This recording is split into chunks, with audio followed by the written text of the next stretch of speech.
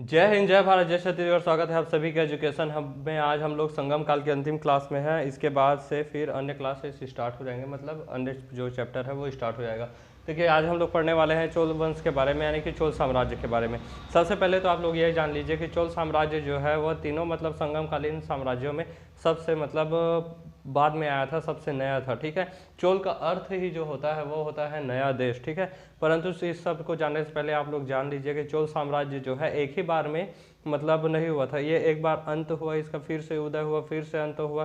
कई बार इतना मतलब कमजोर हो गया कि यह फिर सामंत का जीवन जीने लगा, और फिर करिकाल, आदित्य करिकालन, या फिर राजा राज चोल, जिन्हें द ग्रेट राजा राज कहा जाता है, और उनके बेटे हुए राजेंद्र चोल। ये जो है इन सब के समय में चोल साम्राज्य जो है यह फिर अपने चरमोत्कर्ष पर था। इसका स्वर्ण काल उन्हें कहा जाता है। ठीक है, तो चोल साम्राज्य कई बार मतलब उदय हुआ, और कई बार फिर इसका अस्त हुआ, फिर से उदित हुआ।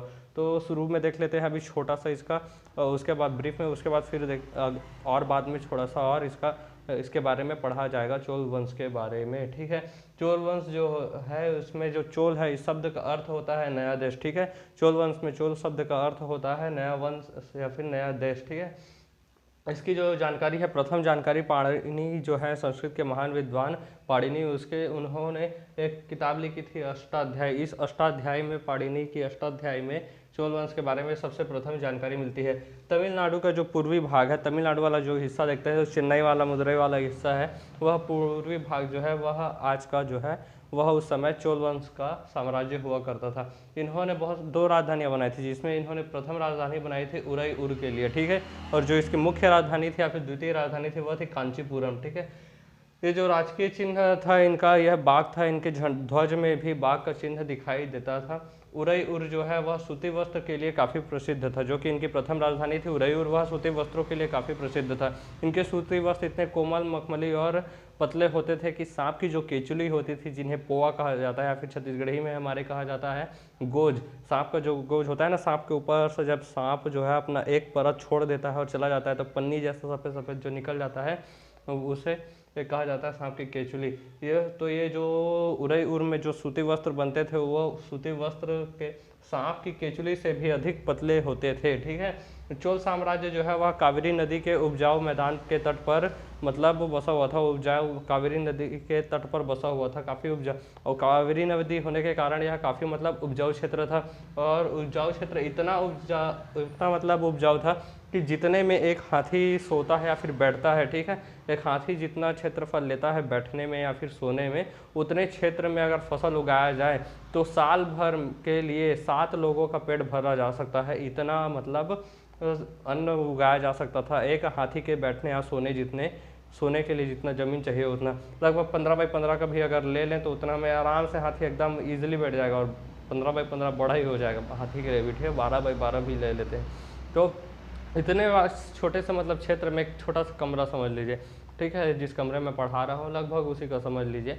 तो इतने बड़े क्षेत्र में एक साल भर के लिए 7 लोगों का पेट पल जाए, इतना अनाज उग जाता था। इतना मतलब उपजाऊ मैदान था, और काफ़ी समृद्ध भी इसी वजह से यह रहा है। ठीक है, यह जो चोल वंश है, यह चोल वंश का पहला जो शासक हुआ है वो है उराव हप्पहरे। ठीक है, उराव हप्पहरे नाम याद रखिएगा, ये चोल वंश के प्रथम सम्राट हुए हैं। सबसे प्रतापी शासक जो हुए हैं वह करिकाल हुए हैं, आदित्य करिकालन या फिर आदित्य करिकाल जिन्हें कहा जाता है। पोन्नियन सेल्वम आप लोग देखिएगा, बहुत ही अच्छा है, इनके बारे में भी अच्छा से बताया गया है। ठीक है, श्रीलंका पर इन्होंने विजय प्राप्त किया करिकाल ने, और करिकाल के बारे में ऐसा कहा जाता है कि इन्होंने अपने जीवन भर में एक भी युद्ध नहीं हारा। ठीक है, एक भी युद्ध नहीं हारा था करिकाल ने, आदित्य करिकाल ने, जो कि राजराज प्रथम, जो कि चोल साम्राज्य के सबसे महान सम्राट हुए। और इसके अलावा भारतीय इतिहास में भी बहुत ही मतलब महान सम्राट के रूप में इन्हें जाना जाता है। इन्होंने श्रीलंका को जीता, और श्रीलंका से फिर इन्होंने 12,000 द्वार लेकर आए थे। ठीक है, और उसके अलावा इन्होंने कावेरी नदी पर 160 मीटर मतलब 160 मीटर यहाँ से कुछ ही दूरी तक मतलब एक बांध बनवाया था। यह जो बांध है यह विश्व मतलब हमारे भारत का प्रथम बांध के नाम से जाना जाता है। इसे ग्रैंड बांध भी कहते हैं। ठीक है, उस समय बांध बनाना मतलब कोई जानता नहीं था, पहली बार बांध बनाया गया था कावेरी नदी पर। ठीक है, करिकाल ने पुहार नामक बंदरगाह बनवाया था। ठीक है, पुहार नामक बंदरगाह किसने बनवाया था? करिकाल ने ही बनवाया था। इसे कावेरी पट्टनम के नाम से भी जाना जाता है, पुहार नामक बंदरगाह को। एलोरा पेरूनर किल्ली, एलोरा पेरूनर किल्ली जो है ये इसके बाद अन्य शासक हुए थे। 5वीं सदी के आते आते चोल वंश जो है अत्यंत कमज़ोर हो गया था, ठीक है, और इतना कमज़ोर हो गया कि 5वीं सदी के आते आते यह सामंतों की ज़िंदगी जीने लगा था। 8वीं सदी में फिर से चोलों का उदय हुआ, उसके बाद करिकाल आए, इसके भाई इनके भाई आए राजेंद्र, मतलब राजराज चोल, ठीक है, राजाओं का राजा, ठीक है, कहा जाता था उनको, जिन्हें पुनियन सेल्वम के नाम से जाना जाता था। वास्तविक नाम उनका अरोल मोझी वर्मन था, ठीक है।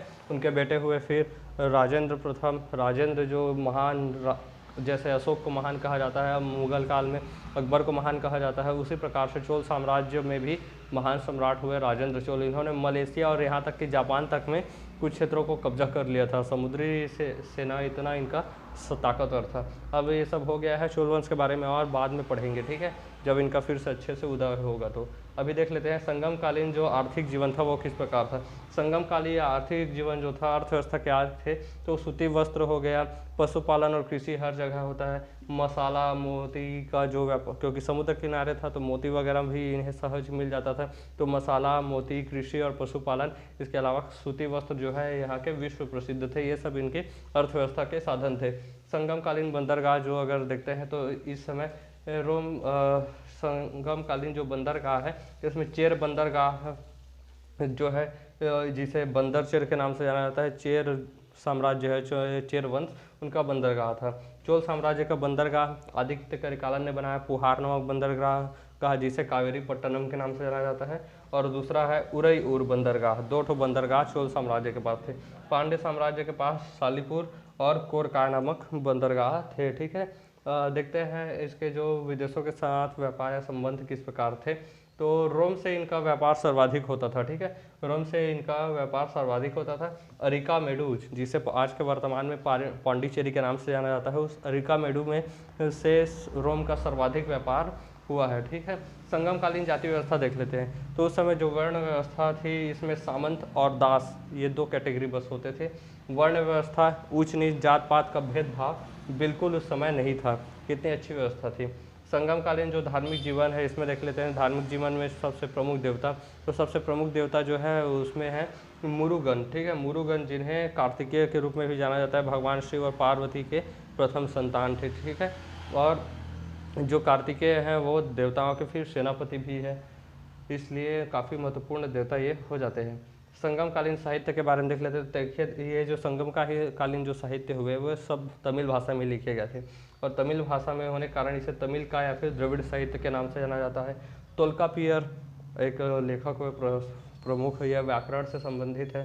तिरुकुराल या फिर केवल कुराल के नाम से जाना जाता है। तमिल का इसे बाइबिल के नाम से जाना जाता है, बाइबिल के नाम से जाना जाता है, बाइबिल के नाम से जाना जाता होगा, भगवद गीता जितना कोई तो महान हो सकता ही नहीं। जीवक चिंतामणि, जीवक चिंतामणि जो है वह जैन धर्म से संबंधित था, और इसमें तिरुक्षक देवार का के द्वारा मतलब लिखा गया था। तो शिल्पाधिकारम जो है वह भी जैन धर्म से संबंधित था, और इसमें नुपुर की कथा है। नुपुर यानी कि पायल की कहानी है। इसमें था ये कि राजा कोवलन थे और उनकी रानी थी कर्णगी। राजा कोवलन जो थे उन्हें एक नर्तकी जिनका नाम था माधवी, उस नर्तकी माधवी से इनका प्रेम प्रसंग चला, और इनके चक्कर में इन्होंने अपना पूरा राजपाट परिवार वगैरह सब खो दिया, अपनी पत्नी को छोड़कर माधवी के पास चले गए। और माधवी के पास जाने के बाद इन्हें पश्चाताप हुआ, जब इनका पूरी संपत्ति जो है राज्यपाट सब छीन गया, संपत्ति पूरा बर्बाद हो गया। तब इन्हें फिर अपनी पहली पत्नी कर्णगी की याद आई और फिर उसके पास वापस गए। कर्णगी जो थी रानी, उन्होंने अपना नुपुर यानी कि पायल जो है उसे बेचा, और पायल को बेचकर फिर मदुरई में ये व्यापार करने लगे।